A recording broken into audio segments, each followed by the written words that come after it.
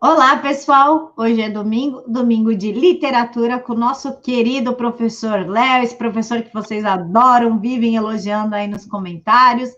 E hoje o professor vai falar sobre Macunaíma. Ai, Camila, Macunaíma, sim, Macunaíma, Sim. porque é muito importante essa visão ali do herói sem caráter e tudo que envolve o Macunaíma. Léo, apresentações e o microfone é teu. Boa tarde, pessoal. Como é que vocês estão, né? Estavam aí esperando na verdade, esperando o domingo de literatura e como anunciado semana passada. Pessoal, mas eu quero, antes de falar do livro, né, Macunaíma, ou Herói Sem Caráter, do nosso querido, maravilhoso, antropólogo, escritor, jornalista, estudioso da sociedade brasileira moderna nas décadas de 20, 30 e 40, Mário de Andrade. Antes eu quero dizer o seguinte, pessoal, só um adendo.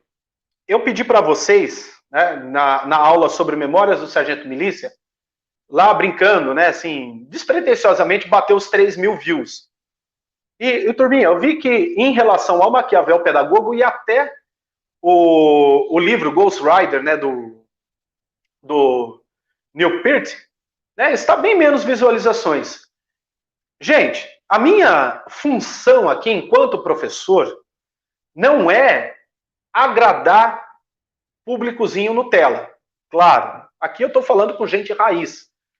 Mas um livro igualmente da nossa literatura importante quanto o Neil Peart e o Pascal Bernardin, né, no caso Ghost Rider e Maquiavel Pedagogo, é o Memórias de um Sargento de Milícia. Se você quiser, né, aliás, se você quer entender o que é a alma do brasileiro, não é somente lendo livro estrangeiro. Claro, né, Pascal Bernardin é um excelente escritor, ele é. Mas para você conhecer, tá? Aqui é uma bronca do professor. Para você conhecer o que é a alma do brasileiro, você precisa ler a literatura produzida no Brasil, sobretudo a literatura clássica brasileira e a literatura moderna brasileira. Quando eu falo literatura clássica brasileira, desde a primeira geração romântica lá, né? Você tem lá livros como Iracema, Escrava Isaura, Memórias de um Sargento de Milícia, Memorial de Aires, do Machado de Assis, Memórias Póstumas de Brás Cubas, no caso Machado de Assis, O Cortiço de Aloysio de Azevedo, O Triste Fim de Policarpo Quaresma, Lima Barreto, A Nova Califórnia de Lima Barreto, quem mais? O Cemitério dos Vivos de Lima Barreto também, os livros do Monteiro Lobato. Vamos parar com essa frescura de falar que Monteiro Lobato, ele é racista, não é racista, coisa nenhuma, vá ler as obras, tem Cornélio Pires, tantos outros, né? Esses é só uma lasca da ponta do iceberg dos grandes autores clássicos e pré-modernos que nós temos aqui no Brasil. Quando eu estou falando dos clássicos do século XIX em diante, sem contar os clássicos do século XIX para trás, como o Padre Antônio Vieira, Gregório de Matos Guerra, Padre Antônio Chieta, e tanto José de Anchieta, perdão, José de Anchieta, e tantos outros. Tá? Você tem Érico Veríssimo, e, pessoal, desculpe aqui bater, e tantas obras de xilografura do cordel nordestino. Então, pessoal, quando eu trago, por exemplo, um livro como o Memórias de um Sargento de Milícia, e esse agora, é para mostrar para vocês que a anatomia da alma brasileira, a alma brasileira está aqui, tá bom? Então é um alerta, né, e uma bronca que eu estou fazendo com vocês, porque parem de achar que livros que presta é somente livro estrangeiro. Tem muito livro bom no Brasil, tá bom? E se vocês querem entender o que é o Pascal Bernardin de verdade, o que é o retrato do Oswaldo Peralva de verdade, o que é o Império Ecológico do Pascal Bernardin de verdade, desinformação do Yom Mihai Pachepa de verdade, vá para a literatura da sua língua. Primeiro, vá entender a alma do seu povo. Depois vocês começam nessa literatura, né, documental mais complexa. Primeiro, monte o seu arcabouço de literatura brasileira. Depois parta para a estrangeira. Tá aqui a minha bronca para vocês. Gostou ou não? O problema é de vocês. Pessoal, então vamos lá. Qual é a base que nós utilizaremos para este livro fantástico, que é O Macunaíma, ou Heróis Sem Caráter, de Mário de Andrade? Se vocês prestarem atenção, o título já é um título provocador, porque Macunaíma, gente, é uma palavra indígena, não me pergunte, né, qual a língua indígena, mas ela é dentro do tronco Macro-G Tupi, né? Quando eu falo Macro-G, são as línguas, o tronco Tupi, ele é dividido, né, na verdade, as línguas, né, indígenas é dividido em dois grandes troncos, entre eles o tronco Macro-G e o tronco Tupi. O tronco Tupi é o mais conhecido, né? É o mais conhecido. E o tronco Macro-G, ele não é que ele é tão conhecido, ele é conhecido.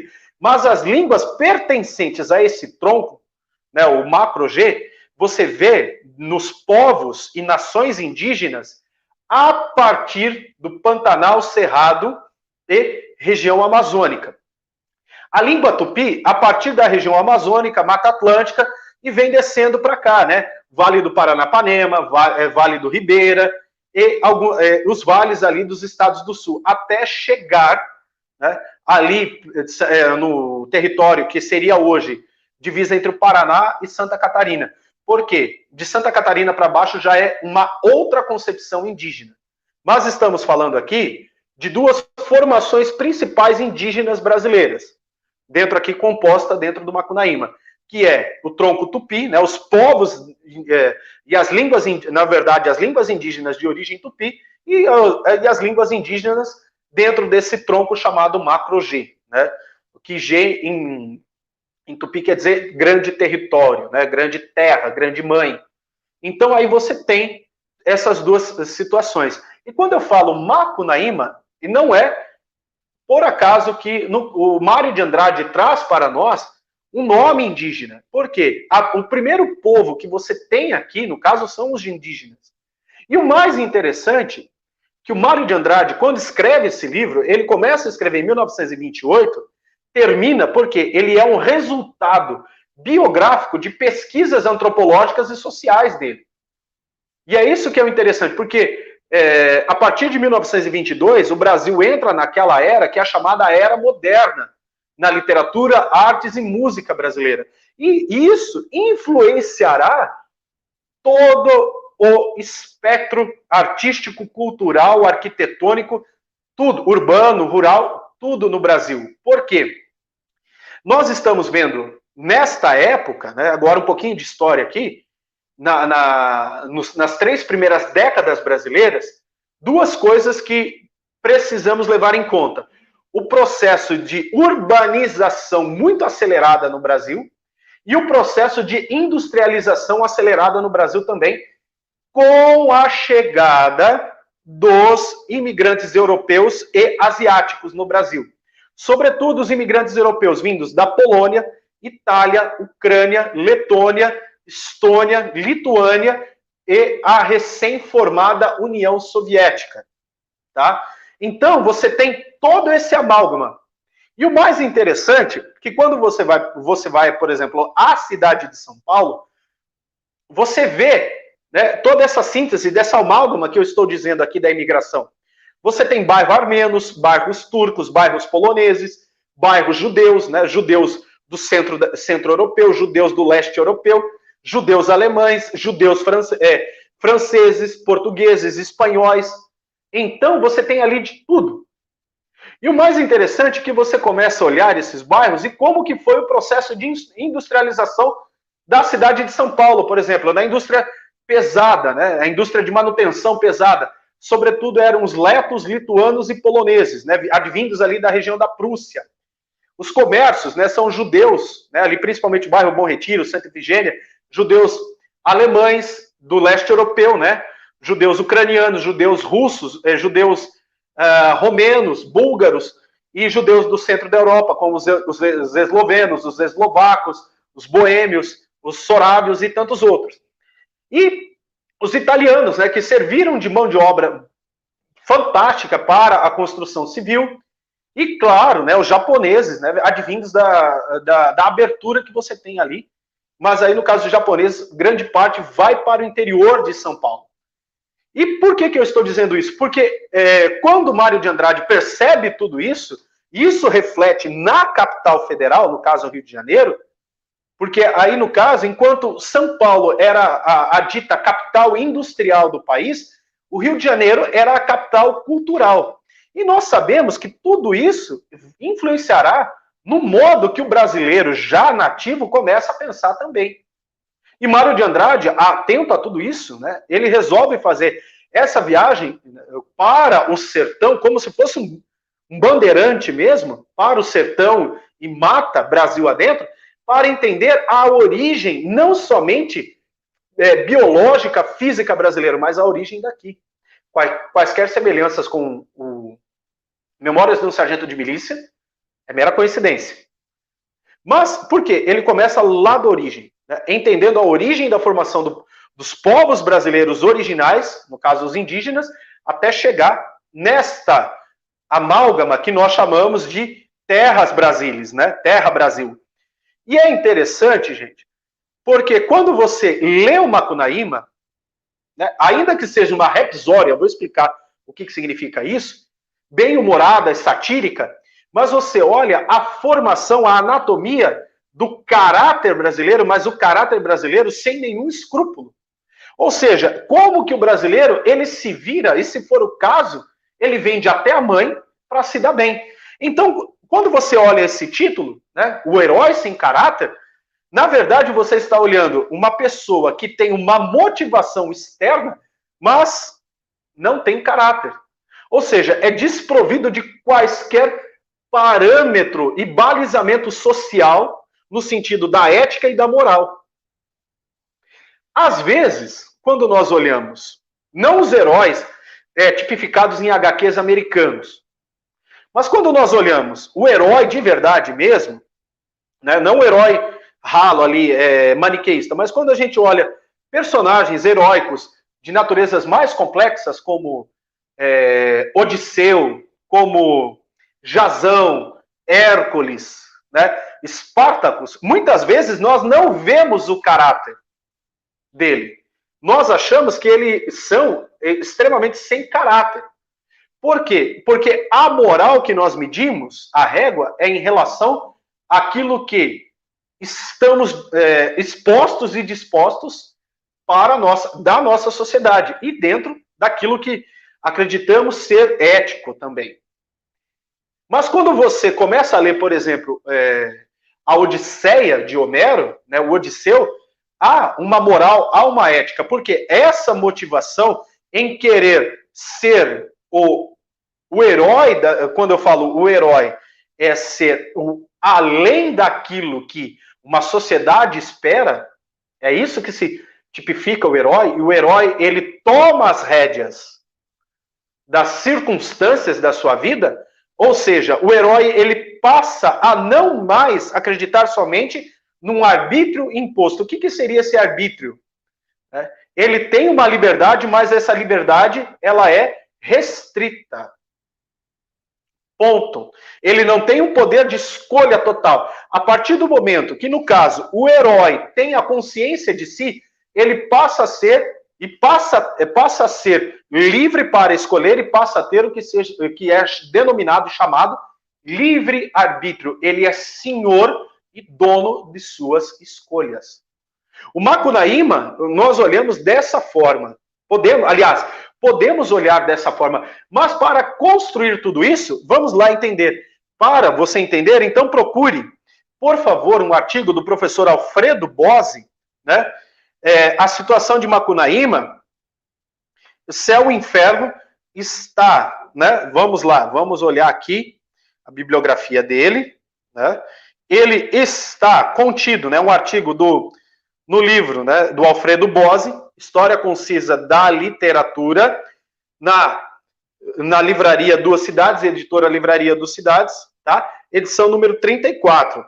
E o mais interessante, pessoal, que quando nós olhamos, né, o professor Alfredo Bose, quando ele coloca esse título, né, A Situação de Macunaíma, o Céu e o Inferno. Por quê? todo herói, ele traz consigo uma carga de conquistas e derrotas. Se quando você pega o herói clássico, inclusive lá o Memórias do Sargento de Milícias, a Escrava Isaura, Iracema, até o próprio João Grilo, do Alto da Compadecida, e tantos outros. Ele tem as vitórias e as derrotas. Então, ao mesmo tempo que você vai ao céu, que o céu é a chamada entendida recompensa, mas também você vai ao inferno, que é a sua penitência. O que significa o tormento? E muitas vezes esse tormento, esse inferno, para o herói, não é o inferno a concepção que nós temos do tormento eterno, mas ele repensar em suas ações, ou seja, ele não pode avançar enquanto ele não repensar naquilo que ele fez para melhorar.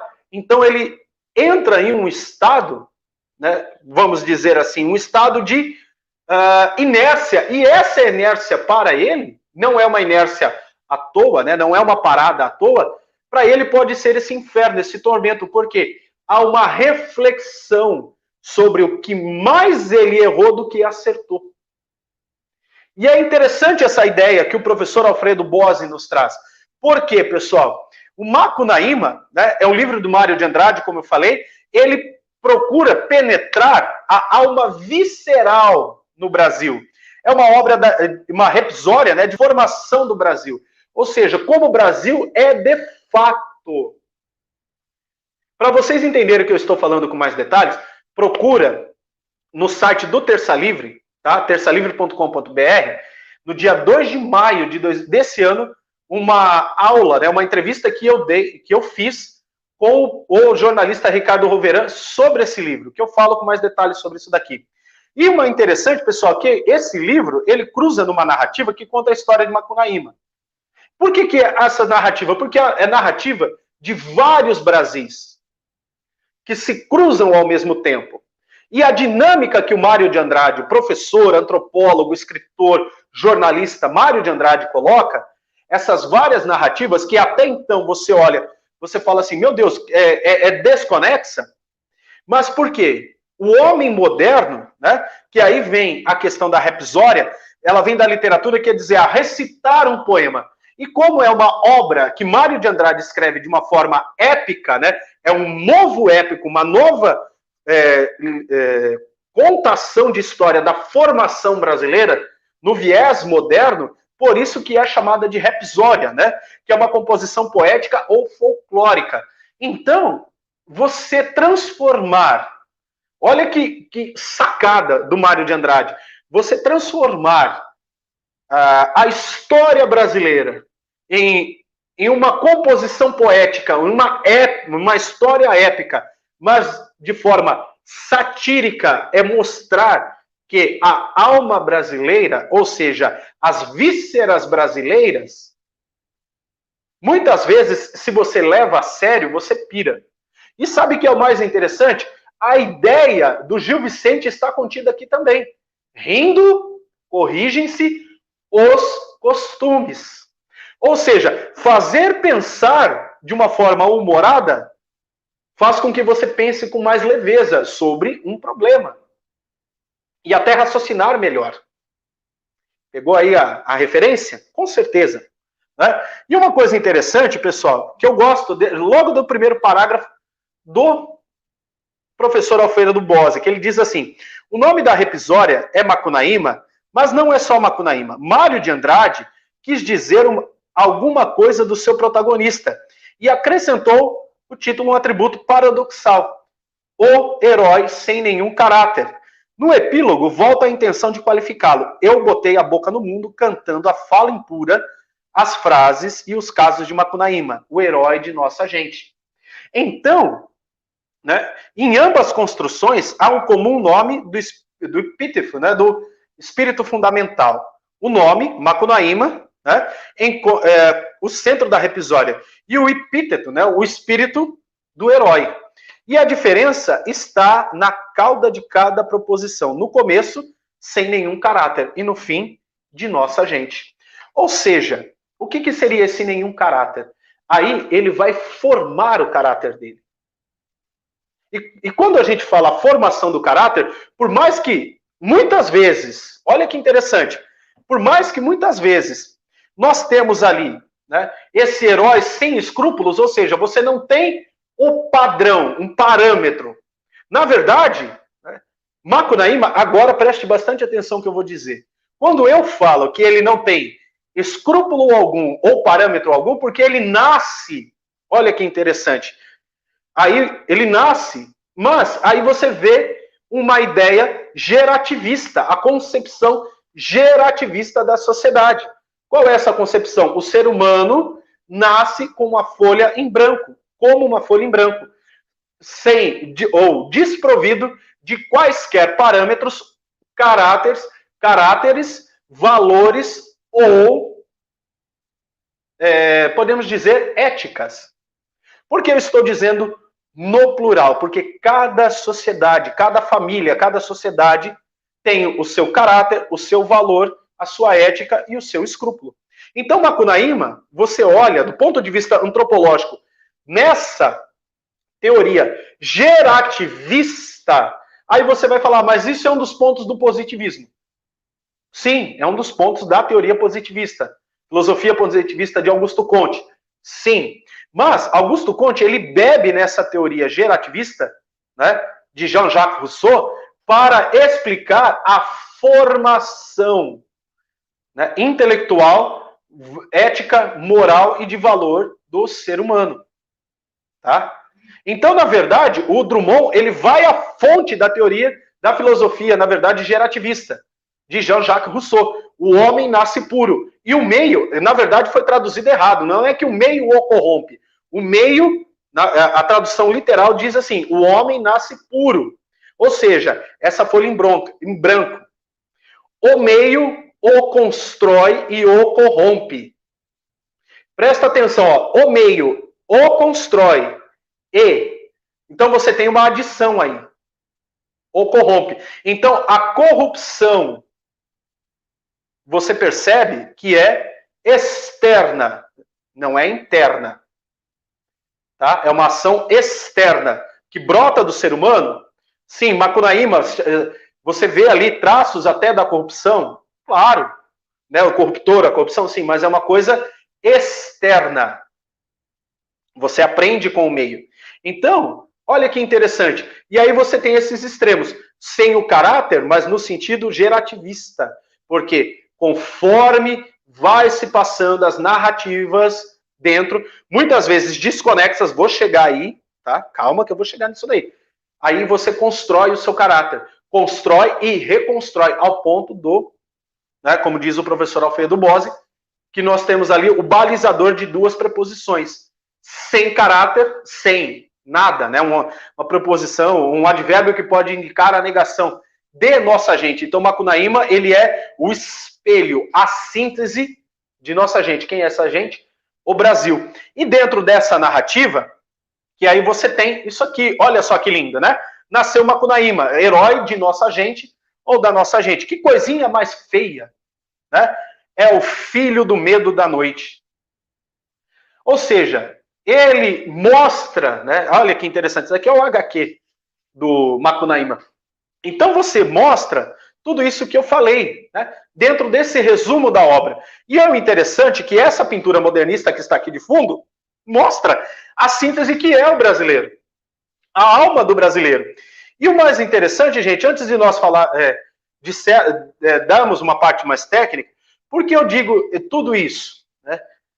Quando você olha a narrativa, sendo ela desconexa, né, você tem uma coisa que é interessante no Macunaíma, olhando isso daqui. É o homem moderno. Então você olha não mais um espelho plano, mas você olha como se você entrasse em uma casa de espelhos. São várias perspectivas. Então você enxerga a cada capítulo do Macunaíma uma perspectiva social, moral, ética, antropológica e de indivíduo. E é isso que é a beleza da obra, né? Então, dentro do resumo da obra, você tem o seguinte, que ele nasce na Mata Virgem, daí a origem dele, ai que preguiça, né? Filho do medo da noite. Então, o que seria esse filho do medo da noite? É que ele não é um herói destemido, passa a infância na tribo, casa-se, né? A mãe do mato, Si, tem um filho, mas ele morre.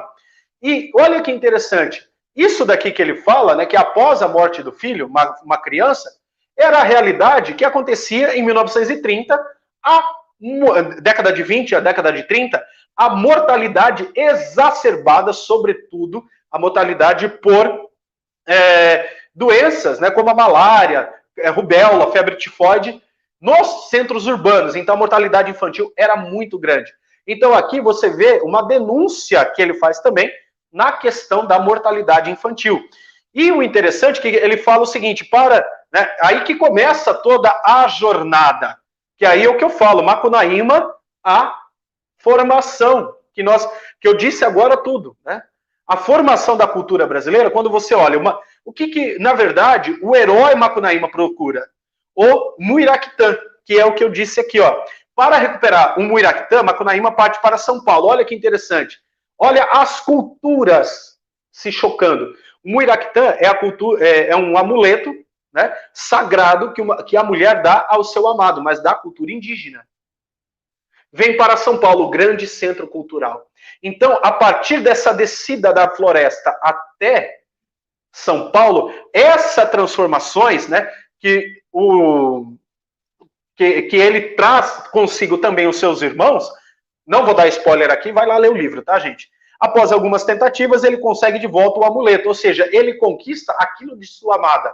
Olha a característica do herói aqui, do herói clássico, né? Ou seja, a lembrança, o resgate da sua amada. Né? E algumas aventuras depois ele perde novamente e, decepcionado, Macunaíma sobe aos céus. Ou seja, o que é o subir aos céus? A morte. Mas olha que interessante. Você vê o traço do herói aqui. Né? E uma coisa interessante é que quando nós olhamos toda essa questão da cultura brasileira, como eu disse anteriormente, né, você vê esse amálgama, porque agora nós estamos falando do homem moderno. E o homem moderno, sobretudo, aqui no caso, o estudo antropológico, historiográfico, geográfico, social, que o Mário de Andrade faz, é esse homem que ele não está preso somente ao nicho, ali, São Paulo, Rio de Janeiro, Manaus, São Luís do Maranhão, Porto Alegre, Curitiba. Não, esse homem, ele anda. Então, ele é um homem que nós podemos chamar de cosmopolita. E o interessante é que você vê essa figura cosmopolita no Macunaíma, porque as transformações que ele tem até chegar em São Paulo, e quando ele chega em São Paulo, as transformações são até mais abruptas, você vê que como que o homem, ele necessita, olha que interessante, ele necessita se adaptar ao meio em que ele vive. E essa história tem que ser cada vez mais reescrita. Então, né, Mário de Andrade, ele queria produzir uma obra que refletisse o Brasil em suas múltiplas faces e formas, como eu disse, né? Muitas características nacionais e que se unissem criando a identidade da cultura brasileira. E o interessante é que ele, como eu disse, ele recorre ao vasto conhecimento do folclore e aos preceitos da produção literária modernista. Então você vê aqui a amálgama perfeita do que é a questão do homem moderno. E o enredo, como eu disse, é uma colagem da cultura brasileira, na qual Macunaíma se move, modificando e se adaptando conforme essa necessidade. E o mais interessante, pessoal, vocês veem aqui, olha só, o filme aqui de 1969, onde nós temos o Grande Otelo, fantástico, né? E o Macunaíma, por que ele foi transformado em filme? Uma coisa que é interessante, que ele foi adaptado pelo Joaquim Prado de Andrade, e nós temos aqui a ideia do novo cinema brasileiro, que é o cinema voltado às origens, principalmente ao pré-modernismo, que é redescobrir o Brasil, mas através das novas artes, além da literatura e documentários. Então aqui você tem agora esse novo Brasil. Prova disso são os filmes do Jeca, né? O famoso Mazzaropi. Que você vê, qual é a temática do Mazzaropi? São as histórias, as aventuras no campo indo para a cidade ou da cidade indo para o campo. Então, por detrás, né, dessa doideira toda, dessa ideia satírica, né, você tem uma linguagem audiovisual que busca representar a obra do Mário de Andrade. Vale a pena ver, gente, esse filme. O filme foi muito elogiado, foi muito bem produzido. Por quê? Porque o interessante é mostrar de forma o mais fidedigna possível a essência daquilo que é a obra do Mário de Andrade. E uma coisa interessante, pessoal, que quando você olha o filme, você consegue enxergar os traços literais na obra do Mário de Andrade. Né? Então, claro, eu sugiro que você leia o livro e depois assista o filme. Né? Por quê? Porque você começa a ver como é a construção do homem moderno, até chegar nessa coisa grotesca. Quando eu falo grotesco, né, essa falta de identidade que muitos de nós, né, quando eu falo muitos de nós, o Brasil está passando. Será que não é a hora de nós, novamente, voltarmos à literatura brasileira e descobrir a identidade, a alma do brasileiro? Eu termino essa aula com essa indagação a você, meu caro aluno, minha cara aluna. Será que não é a hora de voltarmos para a literatura, retornarmos à literatura brasileira, tá? As literaturas clássicas brasileiras, como Iracema, Escrava Isaura, Memórias de um Sargento de Milícias, Triste Fim de Policarpo Quaresma, Macunaíma, a coleção do Monteiro Lobato, os livros do Lima Barreto, o livro do Euclides da Cunha, as obras do Machado de Assis, para entender a alma brasileira, a víscera brasileira. Para, a partir disso, começarmos a nos identificarmos como brasileiros de verdade. Pessoal, termino aqui essa aula, tá? Espero que vocês entendam e compreendam essa aula, e fica aí esse alerta, tanto lá no início quanto agora, né? Vamos voltar às nossas literaturas de verdade, e analisá-las e aplicá-las em nossa vida? Pois bem, pessoal, muito obrigado por essa aula. Até a próxima aula. E lembre-se lá, sigam-me nas redes sociais, tá? E vou fazer aqui meu jabá. Dou aula lá no Terça Livre Escola, nos cursos de redação, gramática, leitura e interpretação de texto e técnicas de estudo. Valeu, pessoal. Eu tô meio fora da câmera. Pronto. Era só um pouquinho. Só para finalizar, tá? Você pode, lógico que não de forma aprofundada, nem nada, mas dá um panorama, um parâmetro para ele, tipo, começa com tal literatura, de tal local, sabe? Tipo, pessoal, presta bem atenção aqui. Para a gente estudar a literatura brasileira, começa estudando a literatura quinhentista. Os escritos do Padre José de Anchieta. Literatura barroca. Gregório de Matos Guerra, Padre Antônio Vieira. Literatura árcade brasileira, Juca Pirama. Literatura romântica brasileira, comece com Iracema, Bernardo Guimarães.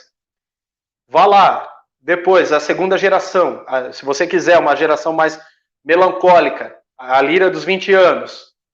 Depois, pessoal, vá lá, Escrava Isaura, Cabeça, Coração, Estômago, Navio Negreiro, né? Famoso poema épico Navio Negreiro de Gonçalves Dias. Leiam. Memórias do Sargento de Milícias, Manuel Antônio de Almeida. Uns Braços, A Mão e a Luva e Helena, fase do Machado de Assis romântica. Memórias Póstumas de Brás Cubas, Machado de Assis. Dom Casmurro, Machado de Assis. Literatura realista. Literatura naturalista, Augusto dos Anjos. Né? Você tem ali O Cortiço, de Aloysio de Azevedo. Você tem também, dentro do naturalismo e realismo, o livro Companhia de Canudos, Os Sertões, de Euclides da Cunha. Tá? Você tem, dentro do pré-modernismo, Lima Barreto, os contos fantásticos dele, A Nova Califórnia e O Homem que Sabia Javanês. 3 obras eu destaco aqui do Lima Barreto.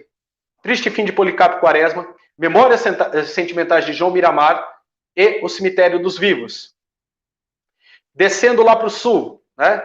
Érico Veríssimo, Olhai os Lírios do Campo e O Tempo e o Vento. Vamos subir. Literatura ali, ó. Aqui agora, interior do estado de São Paulo.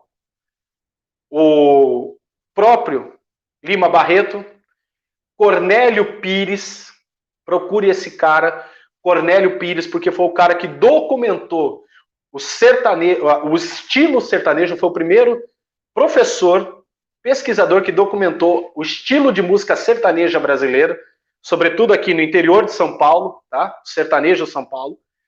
As obras de Cornélio Pires, as obras adultas do Monteiro Lobato, Mário de Andrade, Carlos Drummond de Andrade, Mário de Andrade Macunaíma, claro, Carlos Drummond de Andrade, tá? Ariano Suassuna, tantos outros por aí. José Lins do Rego, A Terceira Margem do Rio. Então, quem mais? E tantos outros, né? Então aqui, para vocês, eu coloquei para vocês em ordem didática cronológica, as obras que eu lembro, que eu julgo ser principais, tá? E Grande Sertão Veredas também. Por favor, coloca lá junto, lá, né? Grande Sertão Veredas. Você coloca essas obras, João Guimarães Rosa, em ordem cronológica. Então você vê desde a formação do Brasil,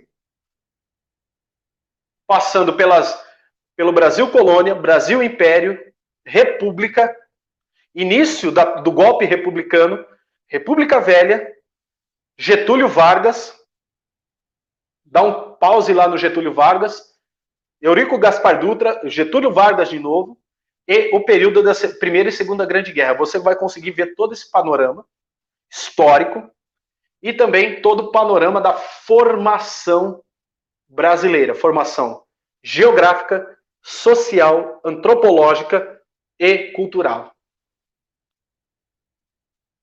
Professor, muito obrigada. Pessoal, as redes do professor estão aqui na caixa de informações. Próximo domingo é o quê, professor? Antes, Camila, se o pessoal estranhar que eu comecei a aula dando um pequeno pé na porta, soco na cara, porque é o seguinte, uma das funções do professor não é passar a mão na cabeça do aluno. Aliás, a função primeira do professor, quando você tem um contrato de aprendizado, não é passar a mão na cabeça do aluno.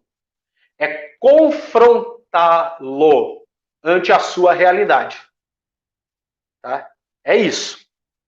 Se você gostou ou não do que eu falei, estou um pouco me lixando, mas para pensar naquilo que eu falei. Tanto no início quanto no final da aula. Esses 2 alertas que eu dou. Hoje o professor está estressado. Estressado não. É que é o seguinte, Camila. Como nós estamos, né? E nós somos professores. Eu, no caso, eu sou professor. Estou falando aqui com adultos. Eu não estou falando com moleque. É bom, né? A gente dá uma chacoalhada. Como diz o nosso querido professor Evandro Pontes. Com criança, a gente conversa. Com adulto, a gente dá porrada.